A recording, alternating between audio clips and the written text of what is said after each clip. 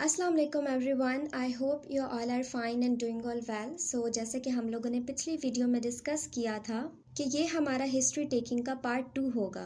इसमें हम लोग डिस्कस करेंगे पर्सनल हिस्ट्री को और फैमिली हिस्ट्री को। अगर आप लोगों ने हिस्ट्री टेकिंग पार्ट 1 देखा है मेरा, जो मैंने आपको एलेबरेट किया है कि किस तरह से ली जाती हैं, तो उसमें बखूबी आप लोगों को पता होगा कि हम लोगों ने क्या डिस्कस किया था। हमने डिस्कस किया था कि किस तरह से डेमोग्राफ लिया जाता है, किस तरह से एजुकेशन पूछी जाती है क्लाइंट से, और किस तरह से उनसे उनकी प्रेजेंटिंग कंप्लेंट्स के बारे में पूछा जाता है।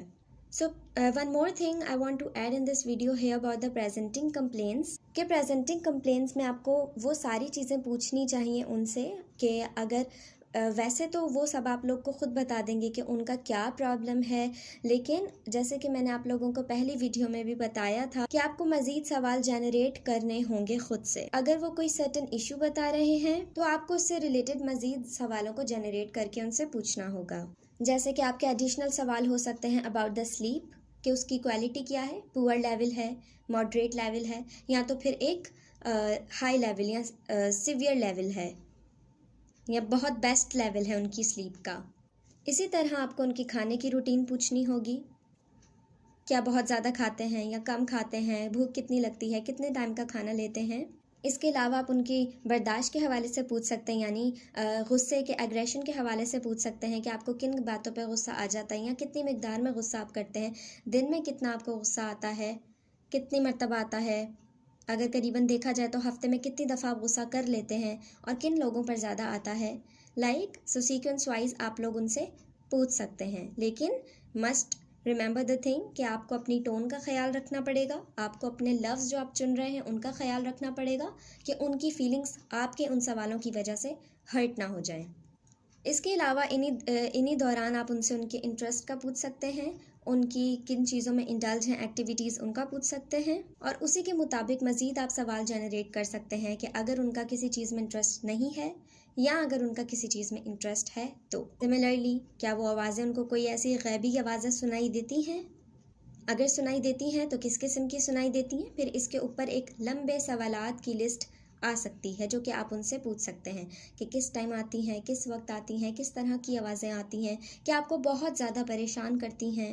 आप उनसे उनके फिजियोलॉजिकल चेंजेस के बारे में भी पूछ सकते हैं कि क्या उनको सर में दर्द ज़्यादा रहता है, स्टमक पेन रहता है, या बॉडी पेन आप महसूस करते हैं, या आपका टेम्परेचर जो है वो हाई रहता है, या आपका ब्लड प्रेशर का प्रॉब्लम रहता है।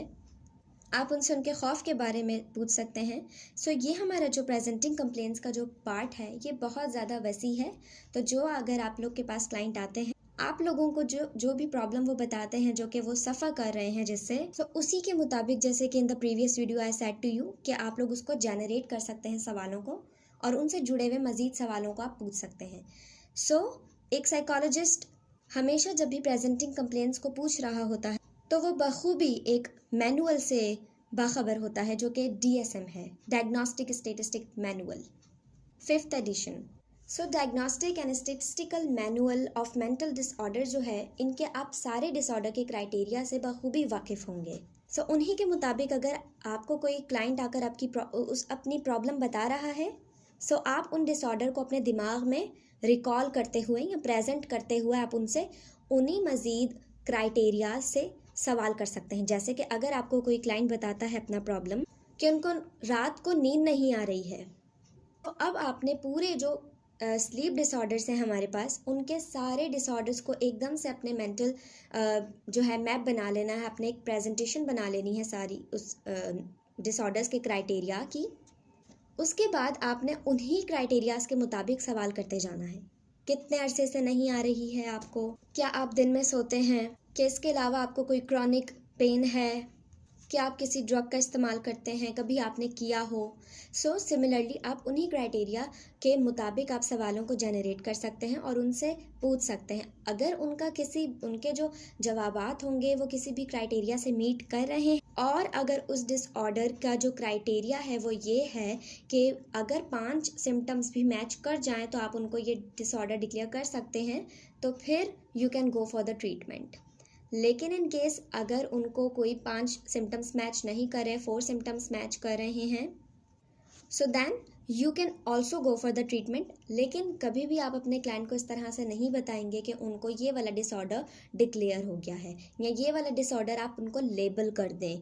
आप उनको सिर्फ ये कह सकते हैं कि हम लोग इसको रिजॉल्व करने की कोशिश करेंगे, लेकिन आपको परसिस्टेंट रहना पड़ेगा हमारे थेरेप्यूटिक प्रोसीजर के साथ। सो दैट्स हाउ आप प्रेजेंटिंग कंप्लेन का जो पार्ट है उसको कंप्लीट कर सकते हैं। So let's now we move toward the family history and the personal history.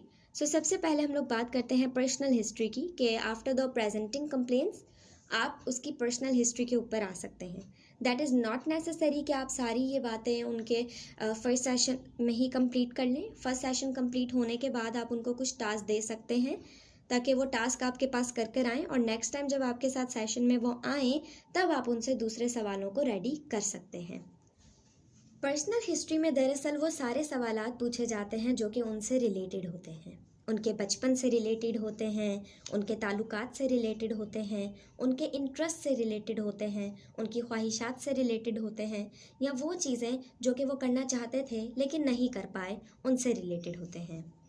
आप उनसे सवालात पूछ सकते हैं जैसे कि आप जब छोटे थे तो आपके वालिदैन के साथ ताल्लुकात कैसे थे, आपके बहन भाइयों के साथ ताल्लुकात कैसे थे, कभी आपको ऐसा महसूस हुआ कि आपके वालिद ने या आपकी वालिदा ने आप में और आपके दूसरे बहन भाइयों में फ़र्क किया हो, आप बचपन में शरारती थे या अकेला रहना ज़्यादा पसंद करते थे, आपके बचपन में कितने दोस्त थे, आपको कितने दोस्त बनाना पसंद थे, आपको पढ़ने का शौक़ था, आपने किस किस क्लास तक तालीम हासिल की है।